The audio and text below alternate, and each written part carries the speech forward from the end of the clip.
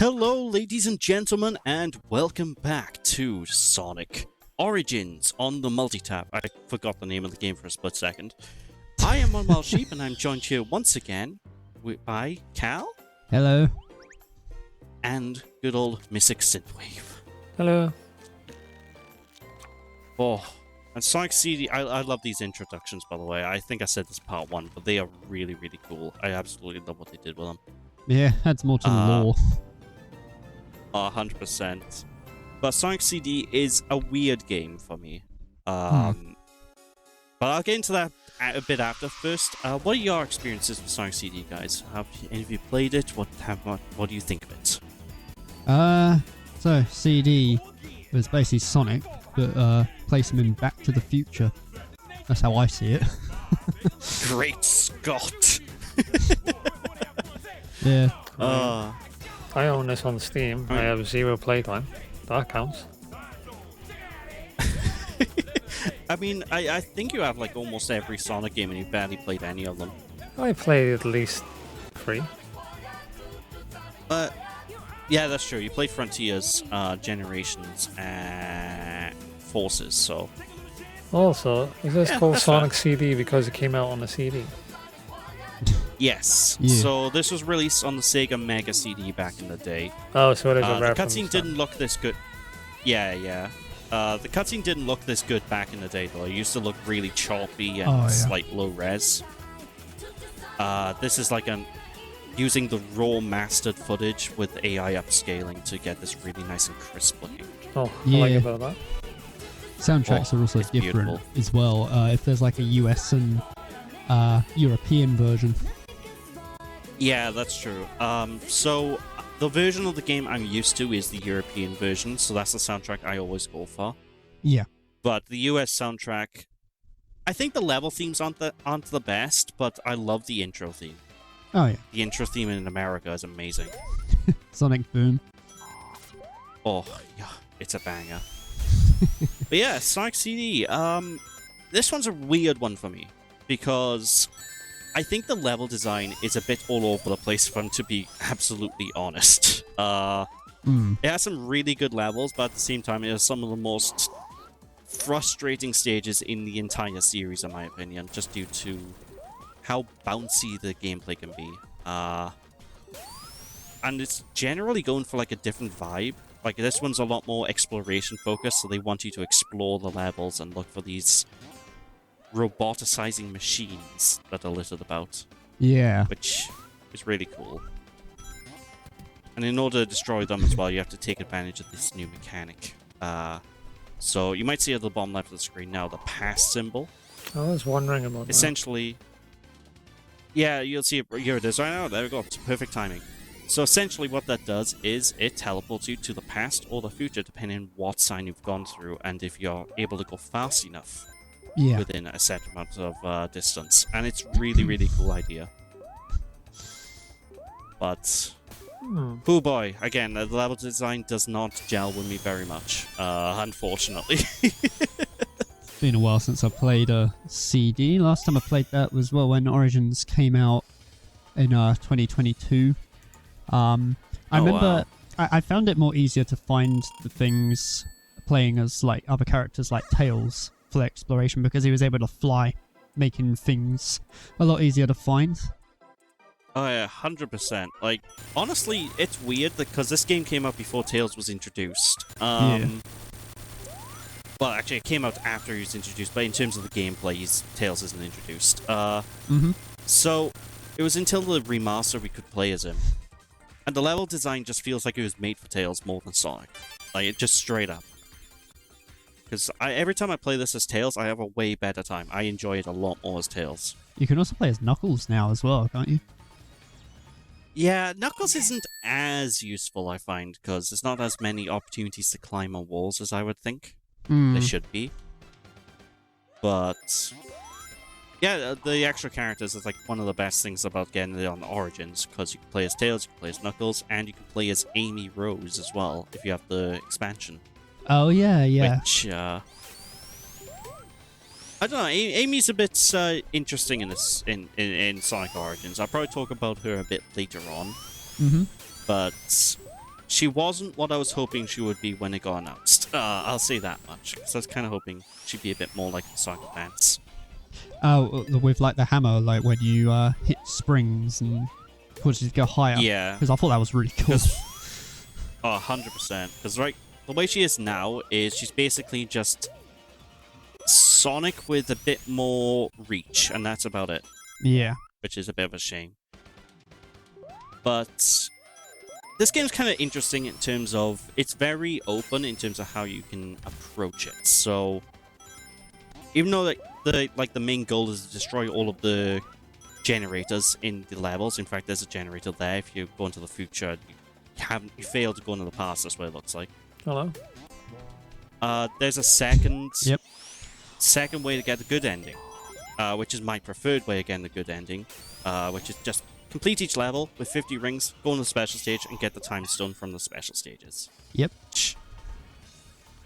It's what I go for because I just don't like going for the capsules. I don't like how the level design works, essentially. It's a bit of a pain, honestly. Yeah, because the roboticizers, if you find them all, you get essentially like a good future. And it's actually really cool when you do get a good future, though. Because, like, every time you go into the future then, the levels will look really bright and vibrant, like you've saved it, and it has like a technology mixed with nature sort of deal going on. Yeah. It's really cool. Whereas if you go into the future before destroying the capsules or before getting a good future, you can tell Robotnik's taken over, everything is dilapidated, falling apart. It's really cool what they did with it. It's like they took inspiration from Terminator. Yeah, Sonic also talks. Honestly, they probably did. He does? Oh yeah, this is the first game where Sonic has a voice. Yeah. It's... Or yeah, is he talking the I- level or just in the cutscenes? It's usually little sound bites. So, in the cutscenes themselves, he's always mute. But you'll say, if you get like an extra life, you'll go, yes! Or Yeah. if you wait for 3 minutes without moving, he'll say, I'm out of here! And jump off screen. And giving you an instant game over, which I think is hilarious. I believe there's also one where he goes, all right, as well. It is really cool what they did with this game, honestly. Like, again, it's a weird game to me because like I appreciate a lot of the stuff they've added in this one. I just wish the level design melded with me, because even the movement, something about the movement feels really cool too. Because this might just be a me thing, but I find this game to control weirdly smoothly in comparison to the rest of the series. Oh. And I think it might be to do with the camera, because the camera does this thing where it looks ahead when you're running. And I think that makes it feel really smooth for some reason. I don't understand why. But it's really cool. Something else I thought was pretty cool, like a nice attention to detail, is in the past levels for the soundtrack is that they use the instrumentation also for the Mega Drive or the Sega Genesis, which is why it's got more of like that sort of Genesis sounds to it, because it's matching to the old school feel. Yeah, that's true. In fact, good thing you bring up the Genesis, because I would have completely forgot to bring this up. This game actually started development in a really weird way. So I believe this was originally meant to be an enhanced Sega CD port of Sonic 1. And at some point during development, they just pivoted and went, you know what, let's just make an original game. I thought it was Sonic 1 when they launched it, because it looks exactly the same like when you first played it. Yeah, it's 100%. Like, it has the same guy doing the main art as well. Like, Naoto Oshima is back from Sonic 1 doing all of the art. Like, I don't know, this is probably as close to like a Sonic 2 as you can probably get without it being the actual Sonic 2. Yeah. In a lot of ways. That's probably why it's marked as... Because, like, this came out after Sonic 2 originally, but in the collection, in terms of the timeline, this does take place before Sonic 2. So I think that's probably why everyone sort of says that. So I forgot to say, but my first time experiencing this game was on Sonic Gems collection for the PS2, which that's going to confuse some people because like Gems Collection, especially in America, was never released for the PS2. It was for the GameCube really? and stuff though, yeah. But that was my exposure to it on the PS2, and strangely enough, even though it's in Europe, I had the USA soundtrack to it. Yeah, I actually had it on the PS2 myself, and I think they just couldn't be bothered to like region check the version, so they just gave everyone on the Gems Collection globally the US version, just because, I don't know, probably laziness. I have no idea. Perhaps.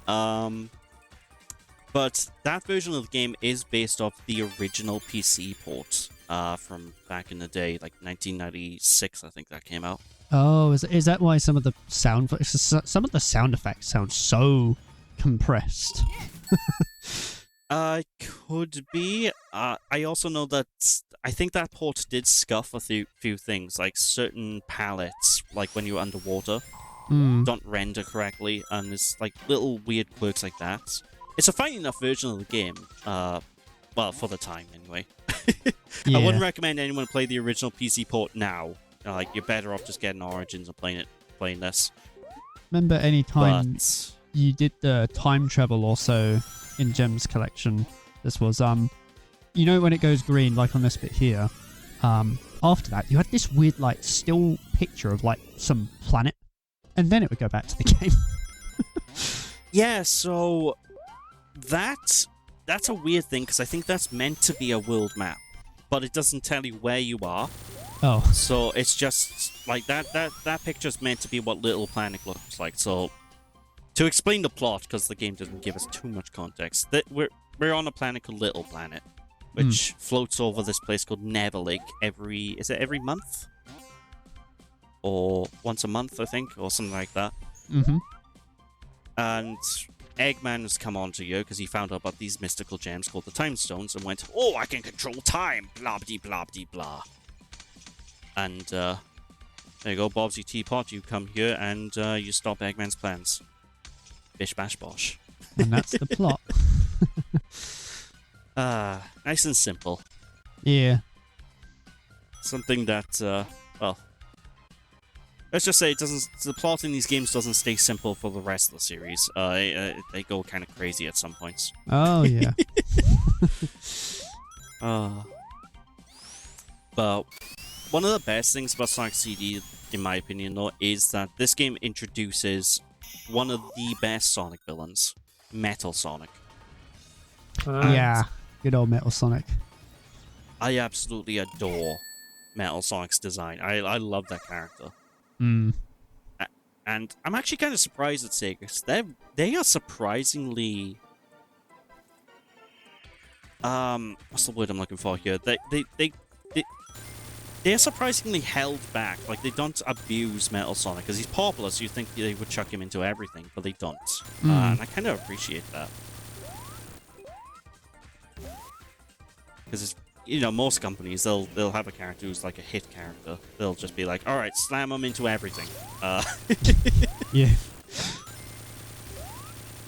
Which, in a way, kind of happened with Shadow the Hedgehog for a while, because, you know... Well, with Shadow, I mean, wasn't in Adventure 2, wasn't that supposed to be just like the only game that he was in? And then after that, he just appeared in all the others.